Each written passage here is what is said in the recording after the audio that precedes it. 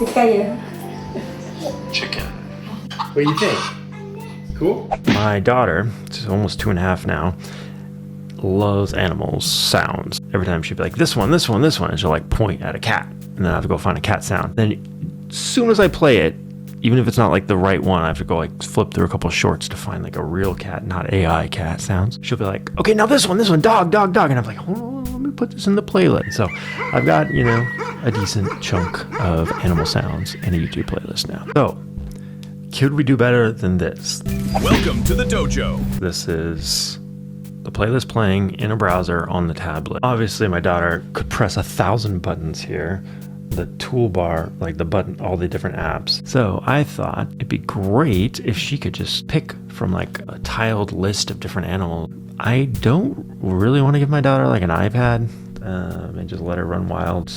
I do think something very contained like that could be cool. So I have this old Android tablet.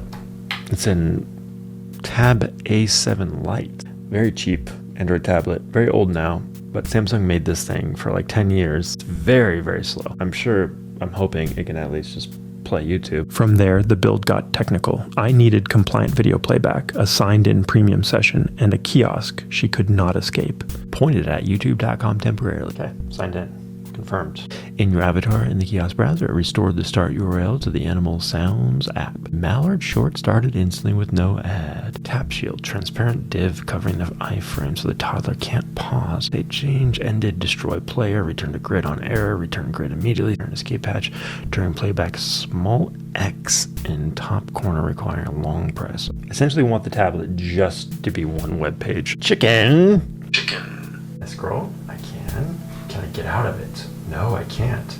Ha ha ha ha. Ha. That's just extracting a constant one YouTube player for the app's lifetime. The guide confers automation should compare the live playlist with animals.json, verify embedding before making any tile, then create the art and voice clip. Test, commit, and deploy. Proven, not assumed. The push itself triggered a fresh production deployment 30 seconds later. So the workflow from here is just edit, commit, git push, first help build, and promote. Likes it. Yeah. You can't get out. Break it. I ended up adding animal puzzles too. She drags each piece into place and the app celebrates when she finishes. Works! We did it! I'm gonna do more videos this week. Really appreciate y'all watching.